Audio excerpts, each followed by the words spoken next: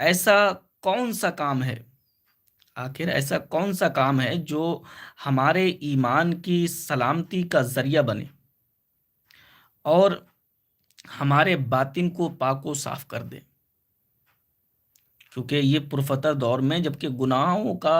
انبار لگا ہوا ہے، تو ایسے وقت میں ہمیں ضرورت ہے ایسے کام کی جو کہ ہمارے باطن کو پاک و صاف کر دے، ہمارے ایمان کی حفاظت کر سکے۔ تو وہ کون سا کام ہے کہ جس کی صحبت اور نگاہ کرم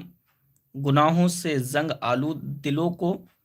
آئینہ کی طرح صاف اور شفاف کر دے؟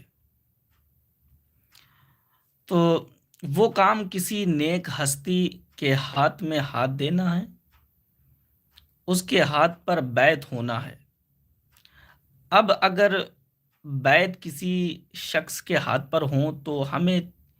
چاہیے کہ ہم ایسے شخص کے ہاتھ پر بیعت ہوں کہ جو تقوی میں، پرہیزگاری میں اور زہد میں، یعنی ہر اعتبار سے وہ ایسا نیک ہو کہ جو ہمارے مطلب ہمارے نفس کو، ہمارے دلوں کو اور ہمارے دلوں پر جو گناہوں کا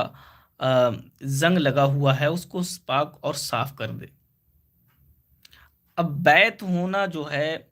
اب یہ کیا ہے؟ یہ صحابہ اکرام نے حضور علیہ الصلاۃ والسلام کے دست اقدس پر بیعت کی سعادت حاصل کی، اور قرآن میں بھی اللہ تبارک و تعالیٰ نے اس کے متعلق احکامات صادر فرمائے۔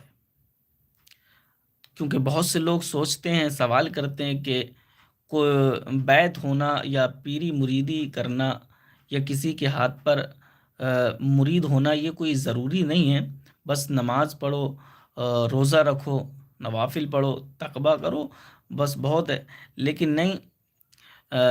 یہ اس طریقے سے رہنا اگر یہ دیکھا جائے تو علماء لکھتے ہیں کہ جس کا پیر کوئی نہیں ہوتا اس کا شیطان پیر ہوتا ہے، اس کا شیطان پیر ہوتا ہے۔ کیونکہ اور علامہ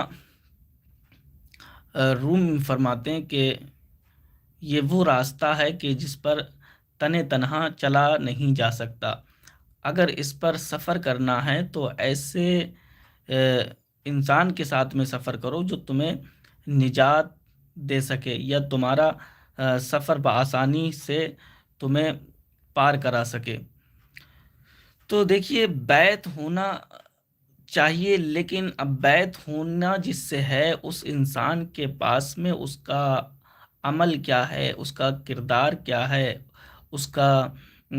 علم کیا ہے۔ اور بیعت ہونے کے لیے علماء اکرام نے 4 شرائط لکھے ہیں کہ ایسے انسان کے ساتھ میں، ایسے انسان کے دست اقدس پہ بیعت ہونا چاہیے جس کے اندر 4 چیزیں پائی جاتی ہوں۔ ایک تو یہ کہ وہ سنی صحیح العقیدہ ہو، دوسرا یہ کہ وہ اس کے اندر اتنا علم ہو کہ وہ اپنے ضروریات کے مسائل جو ہیں وہ کتابوں سے دیکھ کر کے حل کر سکے، اور تیسرا یہ کہ اس کا سلسلہ جو ہے وہ منقطع نہ ہونا چاہیے، وہ متصل ہو رسول اللہ صلی اللہ تعالیٰ علیہ وسلم تک۔ اور چوتھی بات یہ ہے کہ وہ جس کے ہاتھ پر آپ بیعت ہوں وہ فاسق اور فاجر نہ ہو، یعنی کھلے عام گناہ کبیرہ کا مرتکب نہ ہو، تو ایسے شخص کے ہاتھ پر بیعت ہونا چاہیے۔